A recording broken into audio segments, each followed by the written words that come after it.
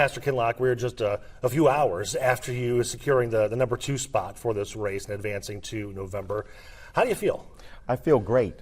I feel blessed to have come in so late into the race and to move from the last place to the second place. I am optimistic and confident for the choice that the residents in the city have given me, and I believe that I can take a 2 and turn it into a 1. Yeah. Looking at the past 12 years under Mike Duggan's leadership, obviously the city has made incredible strides on the revitalization of the downtown area. How do we keep that momentum going?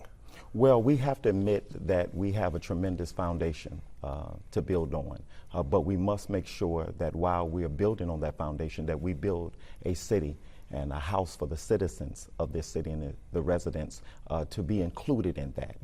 We have a whole lot of people in the city of Detroit that have done well, but we got to make sure that it's not just downtown, that it's effectuated throughout the town. And one of the ways we do that is making sure that the citizens are part of the conversation, that they're not an afterthought, but their first thought. Right, which you kind of touched on there already. There certainly are some frustrations and feelings of displacement, even gentrification. Yes. You know, how do you address some of that? Well, by convening a table. In the first 100 days of my administration, I would convene a table.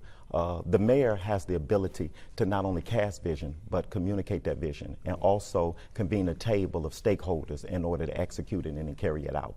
And so in my administration, we will partner the residents with those relationships and those resources, whether it's philanthropic, whether it's the union, whether it's faith-based, whether it's community stakeholders, and we will convene those tables in order to ensure that they are part of whatever reimagining of their neighborhood looks like. Sure, yeah. One of the conversations also has been about affordable housing in Detroit, not just in the neighborhoods, but even in the city, downtown Detroit, because a lot of people are priced out of that area now too. We have to do something about affordability in the city of Detroit. You cannot continue to kick that can down the road.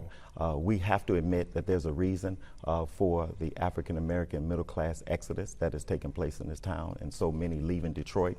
They're looking for affordability. When you talk about the median income for the working class family in the city of Detroit being less than $40,000 a year, and it's almost double that in the region, we have to make sure that we're building a model, and we are creating a model where people who want to stay here can continue to live here and not just survive but thrive. It's interesting you say that, because that was my next question. Detroit right now is a deeply divided city, and a lot of feelings of inequality and equities. How do you address some of that, not only from a financial perspective, but from a personal, emotional perspective, because people feel like they're getting left behind? Well, that's why I jumped into this race, because that's not a work that I just started doing. That's a work that I've been doing for 27 years, bringing people together. And this city needs to have conversations about what we can do together. There are those that benefit from keeping us divided, but we can do more together than any one group or any one person can do alone. And I believe that the mayor can do that. I grew up in an environment where I saw our mayors convening those tables of collaboration in order to make sure that was done. And as the next mayor of the city of Detroit, I will continue to have those conversations. You know, it's interesting though, because while we talk about some of these inequality issues, certainly downtown Detroit has thrived because of some of the money pouring in from outside investors. Exactly. How do you kind of balance those two? And, you know, again, previous mayor, current mayor Mike Duggan was great about working both sides of the aisle. How do you keep that? Well, we want business leaders to know that under my administration, that we're still open for business. We want businesses to feel welcome and be attracted to the city of Detroit. And we want to continue that trajectory. We want to be receptive and open to any CEO, any corporate leader that wants to come into Detroit, as long as they're willing to invest in the wellness and the future health of the residents in the city. What we don't want is people to come in, feast, and get fat, and not ensure that the residents of the city get a plate and a saucer to get something to eat.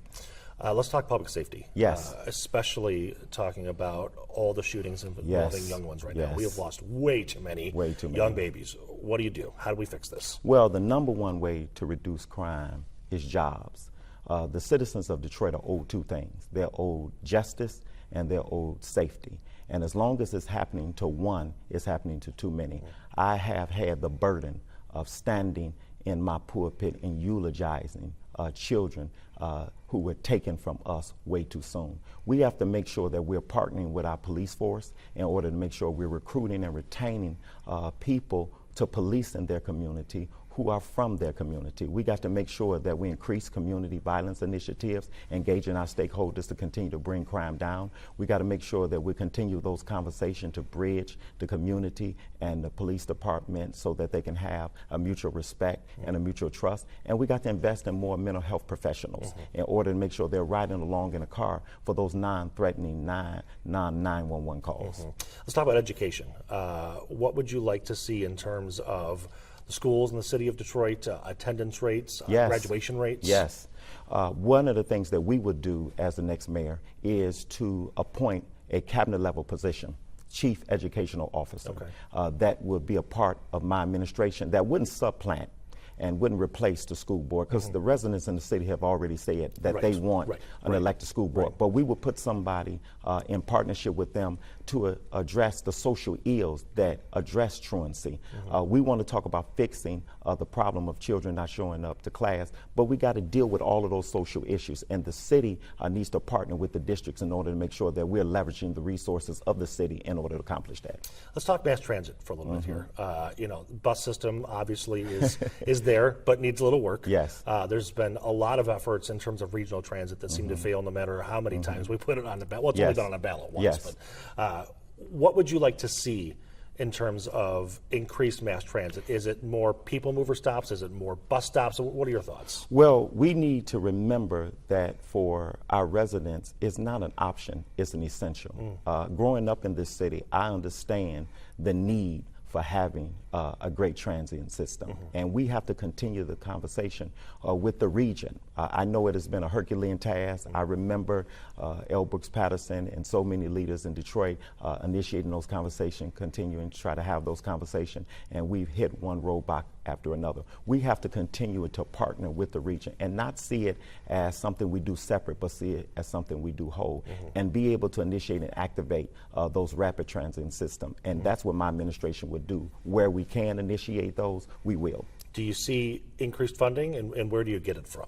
Well, we're going to have collaboration. And when we can't get it from the state level, I believe that we have the corporate partners and the philanthropic community who wants to see it. There are great allies in the city of Detroit who want to invest in what's best for the city of Detroit. And I believe that we're leaving a lot of resources on the table because there are people who are willing to take those courageous steps and willing to make that investment to get it done.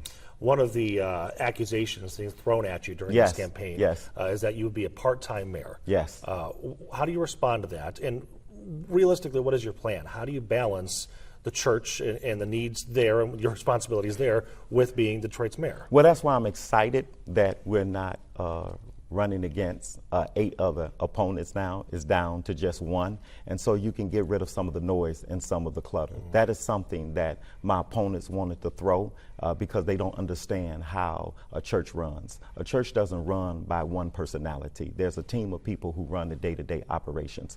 I will be a full-time mayor in the city of Detroit because that's the way the church is structured, to give me the freedom and the flexibility to make sure I'm not just massaging miserable spots on the weekend, but I'm engaging in activity during the week to uplift my entire community. And so I will go to church on the weekend, although I'll be a full-time mayor, and when my schedule permits, if I'm there, I will preach. But I will be a 100% full-time mayor in the city of Detroit. Gotcha. So, I don't want to couch this the wrong way, but you essentially become less hours, less involved in the church? Yes, okay. Because we have an executive team who handles the day-to-day responsibility of the church. They already do it right now. We have campus pastors that if I'm on my way to a service and I can't get there, they already prepared to stand up and preach in my stead. And it's something that I ain't got to put in place. It's something that's already existing right now. Gotcha. One last question for you. Actually, 2 more, even though the producer's going to be mad, but how long we're talking here. There was a lot of conversation about what happened 30 years ago with the domestic violence issue. It seems like that didn't become an issue for voters when they went to cast their votes. But how do you talk to those who say, you know, once they're involved in domestic violence, they're always going to be, or sometimes a person can't change their past? What's your reaction? Well, we have to be cautious and careful that we remember that this is a country of redemption and this is a country of second chances. We have to always remember that there are a lot of our youth in a community that was like me when I was a teenager that made mishaps and mistakes. And to say that they shouldn't get redemption and they shouldn't get another chance. I got a second chance, and I've used my life in order to give other people, as many as I could, a second chance. But one of the things we have to remember is that I faced a level of scrutiny in the media, unlike many of my opponents.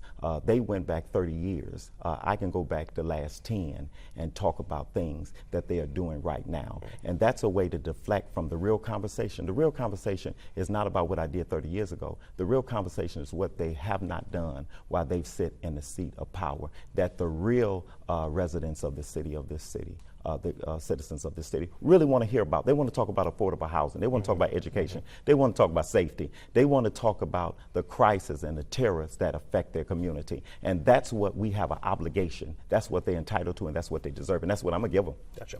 Last question. What is your leadership style? My leadership style is empowering other people. I believe that we need to have a mayor that makes sure that we not only have a good team, that we have the best team, in order to make sure that we understand it's not a me administration, but it's a we administration. And it's going to take more than one man or one person to get it done. It's going to take all of us in order to carry this vision out. Sounds good. Pastor, thank you so much for your Thank you, time. Nick, Appreciate for it. having me. Thank you.